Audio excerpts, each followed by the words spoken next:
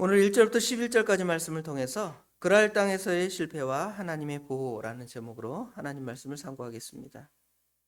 그랄 땅에서의 실패와 하나님의 보호.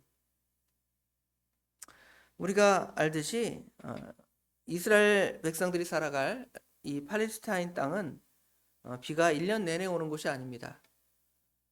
우리나라는 물이 풍성한 나라죠. 물이 풍성한 나라에다가 심지어 우리나라는 물의 근원이 시작이 우리나라에서 시작돼서 우리나라로 끝납니다.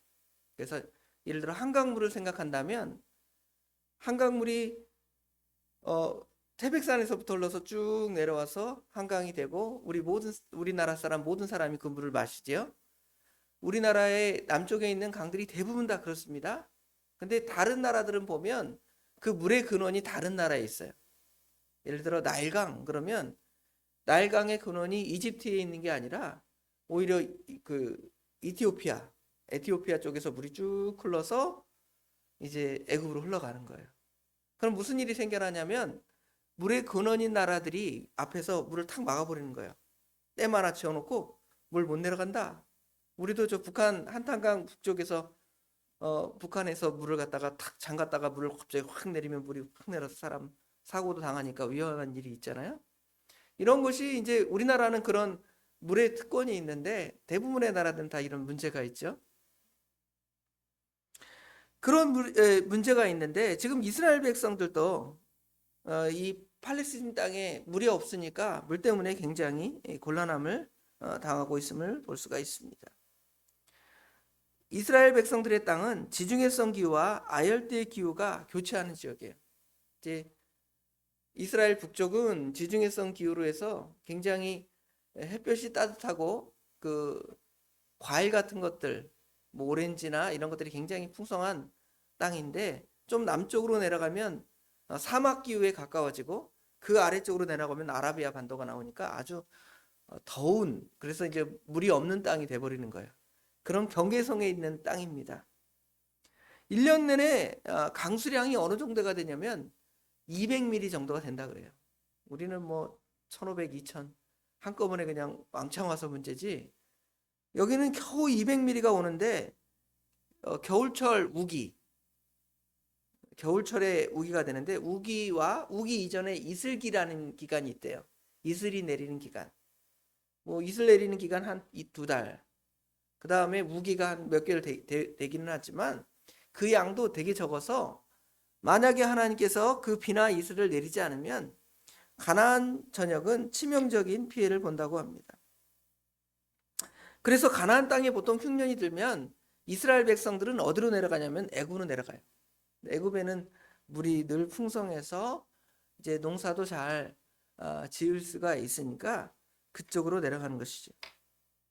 아브라함도 그랬고 이삭도 하나님께서 너 지금 애굽 땅으로 내려가지 말라 이런 말씀이 내려진 걸 보니까 이삭도 이런 흉년의 때에 어디로 내려가려고 생각했던 것 같아요.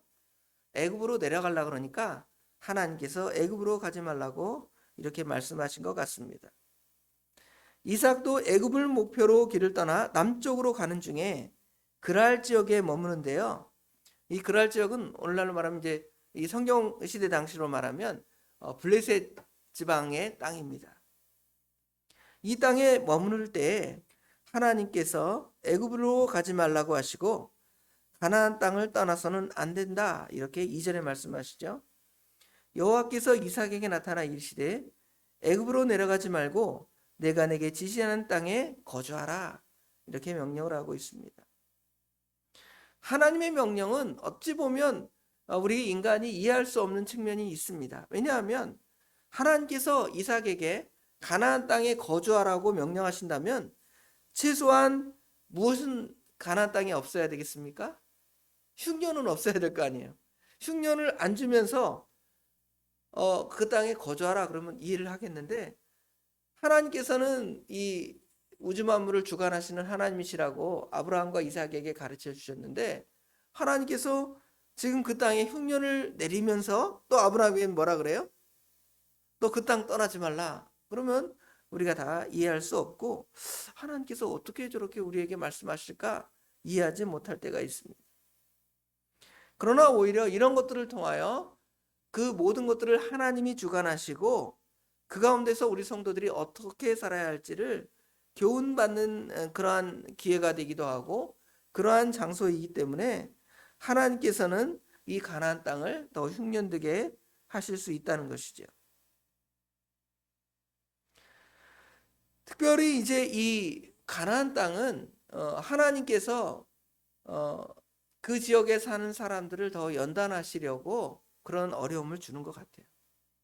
그런데 사람들은 그러한 시험들을 통하여 하나님을 의지하는 것이 아니라 오히려 우상을 숭배하죠. 여러분, 일본을 좀 생각을 제가 가끔 하는데요. 일본 사람들은 굉장히 많은 신을 섬긴다 그래요. 그렇죠? 왜 그럴까 생각을 해보면 자연재해가 우리 대한민국보다 훨씬 많아요. 지진이 우선 많죠. 그 다음에 태풍이나 이런 것들이 올라오면 대부분 어디를 먼저 거쳐 올라와요? 일본을 거쳐 올라오잖아요. 그럼 우리 생각에 그런 어려운 환경에 있으면 진짜 하나님을 찾아 섬겨야 되겠는데 오히려 그러지 않죠. 일본 사람들만큼 다양한 신을 섬기는 사람들이 없어요. 그렇죠? 그러니까 하나님께서는 그런 것들을 통하여 하나님의 존재하심을 믿고 하나님을 더 의지하라고 하는데 그것이 아니라 그것들이 오히려 우상을 숭배하는 것으로 무섭잖아요. 비가 엄청나게 오니까 비를 내리지 않게 하는 신을 섬겨야 되겠다. 지진이 막 나고 화산이 폭발하고 얼마나 두려워요? 그러니까 그런 것들을 의존하는 어떤 신들을 찾아서 그 신을 섬겨야 되겠다 이런 마음을 갖는 거예요. 그렇죠? 마찬가지로 이 가나안 땅에도 이런 재해를 통하여 하나님을 찾았으면 좋겠는데 하나님을 찾는 것이 아니라 가나안 땅만큼 우상을 섬기는 사람들이 많고 또 그 우상 섬기는 것 때문에 하나님께서 가나안 땅을 징벌하시고 그 땅을 이스라엘 백성들에게 주시는 거예요. 하나님의 거룩한 땅이라고. 그래서 그것이 그들을 징벌하는 명분으로 하나님께 사용하신 것을 우리가 볼 수가 있습니다. 이거는 이제 믿지 않는 사람들의 측면에서는 그렇지만 믿음의 사람 이삭을 우리가 좀 생각을 해보면 이삭은 우리 여기 앞에 25장의 말씀이나 여기 27장에 나오는 말씀에 문제가 하나 생깁니다. 그 문제는 결국은 이 문제의 근원은 야곱과 에서와 리브가의 그러니까 에서와 리브가가 아니라 이삭과 리브가의 편의 문제라 그랬죠. 분명한 하나님의 말씀은 하나님께서 누구를 택하셨다 그랬어요? 큰 자가 작은 자를 섬기리라. 작은 자를 통하여 아브라함과 이삭과 그 계대를 이어갈 것이다. 분명히 말씀했잖아요. 그럼에도 불구하고 누구를 더 사랑하죠? 이삭은 에서를 더 사랑해요. 자기 마음에 드는 거예요. 호방하고 기질이 좀 있고 좀 세상을 좀 즐길 줄 아는 우리 큰아들, 내가 큰아들을 더 좋아해야 돼. 제 둘째는 좀 유약하고 집에서 그냥 저러고 있는데 좀 별로 마음에 안 들어. 뭐 이런 생각을 가졌는지 모르겠습니다. 그러나 분명히 그렇지 않죠. 하나님께서는 야곱을 택하셨다 그랬는데 여전히 에서를 더 사랑하고 심지어 에서에게 이 뒤에 보면 장자의 명분을 주려 하잖아요.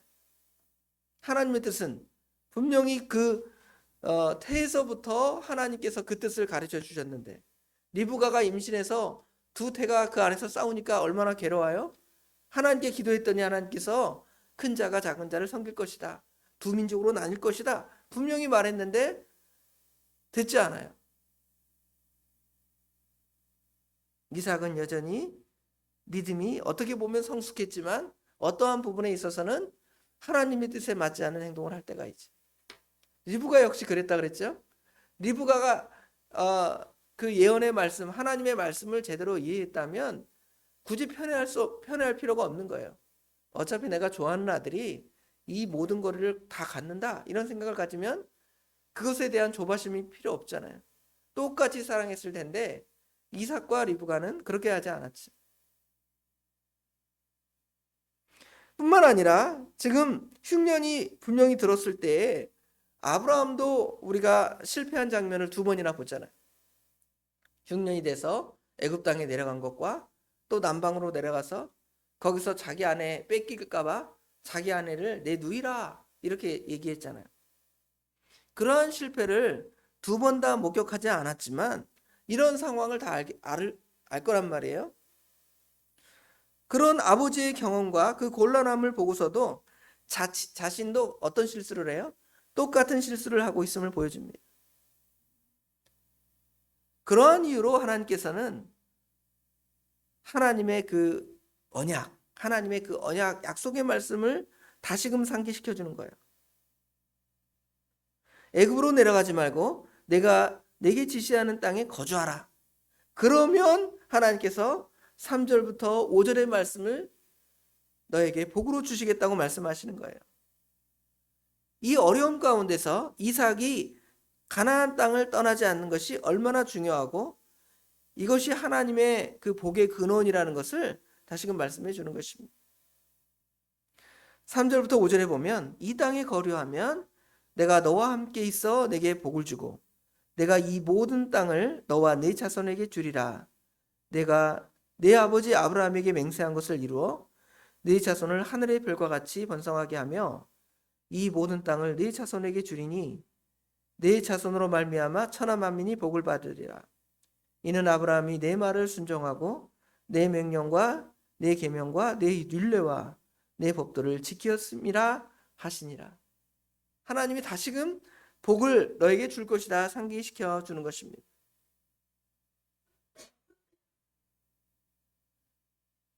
그리고 이제 그것이 이삭과 야곱 그리고 야곱의 자손들을 통하여 계속 이렇게 계승될 것을 우리에게 가르쳐 주는 것이지.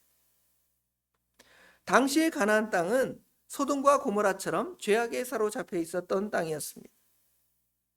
아브라함과 이삭과 야곱은 그 땅에서 나그네와 같이 살았습니다. 그런데 하나님께서 너희들이 나그네로 살면서 거기 머물면서 거기서 하나님께서 크고 강한 나라를 너희들에게 주실 거라는 것입니다. 어떻게 주시냐면 그 땅을 정결케 함으로. 그 땅을 정결케 한다라는 것은 나중에 이제 여호수아를 통하여 가나안 땅을 정복할 때에 그 백성들을 다 죽이라고 하죠. 정복 전쟁이라고 합니다. 뭐 이것들을 이용해서 우리 그 역사에 보면 유럽의 제국주의 시대 때 보면 그 유럽의 강한 나라들이 영국이나 프랑스나 독일이나 뭐 독일은 좀 덜했고요. 네덜란드나 스페인 이런 나라들이 이제 식민지를 개척하는 거예요.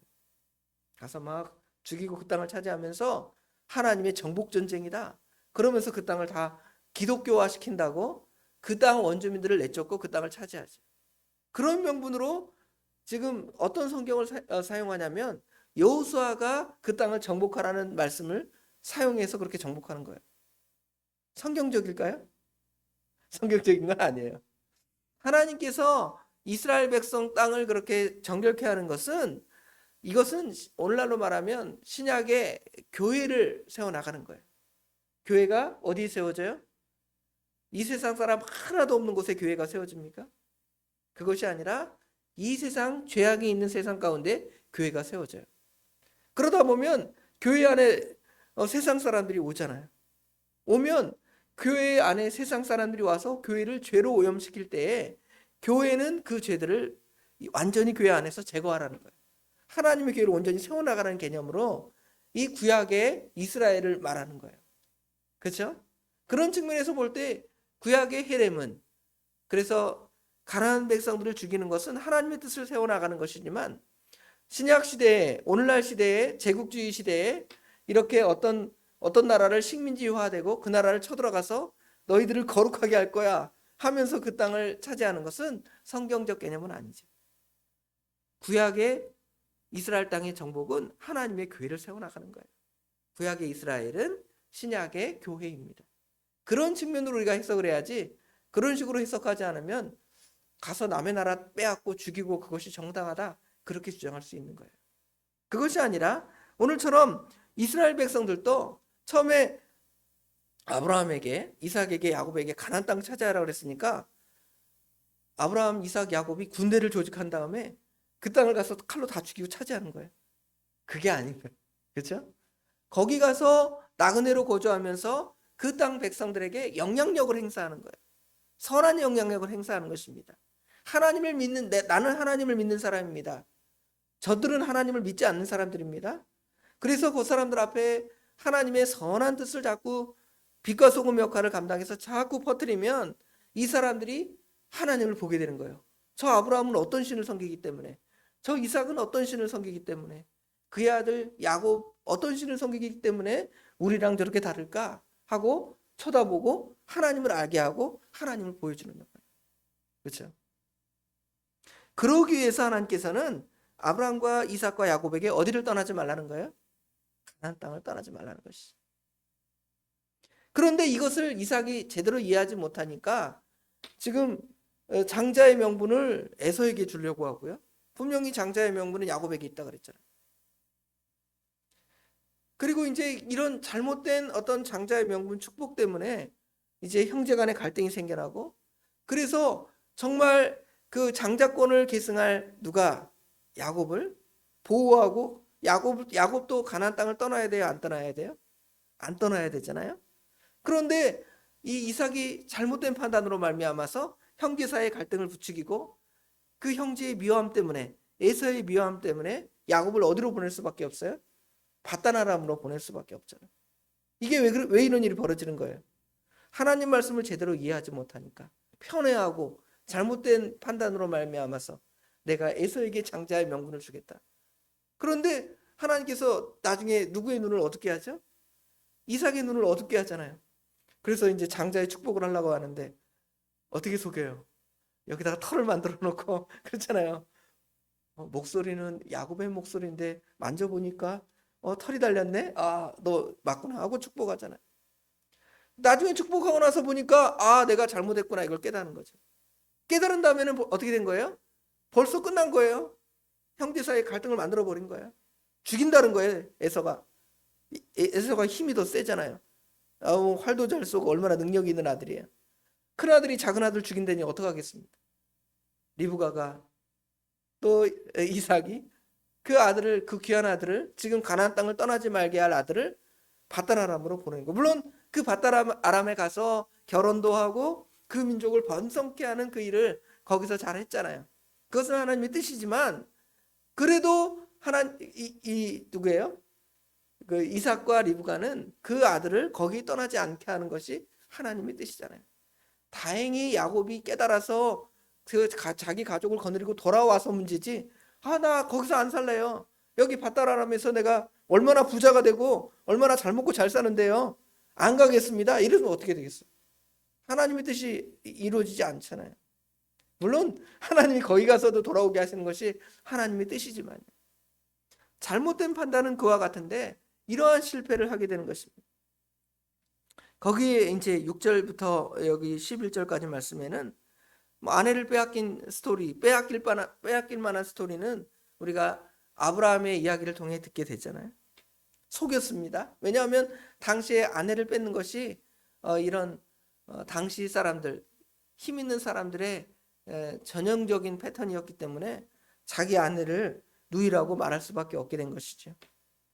그러나 하나님께서 그걸 다 들통나게 하잖아요. 다 들통나게 하셔서 오히려 누구를 보호하는 거예요? 이삭과 리브가를 보호하는 거예요. 실패하지만 하나님의 보호가 있는 것입니다. 우리도 실패할 때가 있습니다. 믿음을 떠나 잘못 판단할 때가 있습니다. 그럼에도 하나님의 은혜가 임한 사람은 하나님이 보호하십니다. 그러므로 우리는 이런 실패를 통해 깨닫는 거예요. 하나님을 전적으로 의지해야 되겠구나. 하나님 말씀, 하나님 약속 믿고 의지해야 되겠구나. 이런 마음을 우리가 갖게 되는 거예요. 이 사건을 통해서 이삭은 하나님을 온전히 신뢰하는 자리로 신앙이 좀 더 성숙했을지 모르겠습니다. 이방 나라를 통치하시는 하나님, 그 모든 것을 다스리고 자연 재해까지 하나님이 다스리는 것을 깨달을 때에 우리는 이 세상의 위험이나 이런 것들을 두려워하지 말고 오직 누구만을 의지하는 것입니까? 하나님만을 의지하고 하나님만을 신뢰하고 나가는 승리의 삶을 살아가는 저와 우리 성도님들이 되시길 주님의 이름으로 축원합니다. 기도하겠습니다. 아버지 하나님, 은혜와 사랑을 진심으로 감사합니다. 하나님께서 우리로 하여금 이 세상 살아갈 때 편안하게 안전하게 만사형통, 육신적인 만사형통을 통하여 나가면 참으로 좋겠사오나 하나님께서는 이 세상 사람이 당하는 그 어려움도 우리로 하여금 똑같이 당하게 하십니다. 햇빛과 비를 우리 믿음의 사람들과 저 믿지 않는 사람들에게 공통적으로 주시는 것처럼 자연재해나 홍수나 태풍이나 지진이나 기근도 하나님께서 똑같이 우리에게 주십니다. 그때 그것들을 통하여 우리는 하나님을 더 의지하고 우리가 하나님 앞에 잘못한 어떤 것들이 있는가를 생각해보고 아버지 하나님 믿음의 굳건히 서야 할 터인데 그러지 못하는 이삭의 모습을 통하여 하나님께서 그 이삭을 보호하시려고 이삭에게 나타나서 너 애굽 땅으로 내려가지 말고 가나안 땅에 머물라고 이렇게 친히 말씀하시며 그 땅에 머물면 내가 복을 주시겠다고 아브라함에게 약속하셨던 그 복을 너에게도 주시겠다고 말씀하십니다. 다행히 아버지 하나님 애굽까지는 가지 않고 그랄 땅에 거하지만 그랄 땅에서도 여전히 하나님을 전적으로 신뢰하지 못하고 혹시 자기를 죽이고 자기 아내를 빼앗을까 하여 아버지 하나님 자기 아내를 누이라 속이는 그러한 일이 벌어졌습니다. 그러함에도 하나님께서 그 실패로 이삭을 망하게 하지 아니하시고 오히려 그랄 왕을 통하여 아비멜렉을 통하여 이삭을 보호하는 하나님의 역사를 우리가 보게 됩니다. 아버지 하나님, 우리의 실패도 우리 하나님께서 우리를 사용하셔서 우리를 연단하시는 과정일 뿐만 아니라 그러한 가운데서도 하나님이 진정 사랑하시는 자에게는 아버지 하나님의 참된 보호와 위로와 하나님의 동행하심이 있는 줄을 깨닫고 아버지 하나님, 우리는 그러한 시험에서 그러한 어려움에서 하나님을 붙잡고 의지하는 신앙이 점점 커져나가는 저희들이 될 수 있도록 우리 하나님 친히 인도하여 주시옵소서. 아버지 하나님, 오늘 하루도 온전히 주께 맡깁니다. 우리 주님께서 오늘 하루도 복되게 선하게 인도하여 주실 줄 믿사오며 예수님의 이름으로 간절히 기도드리옵나이다. 아멘. 하늘에 계신 우리 아버지여,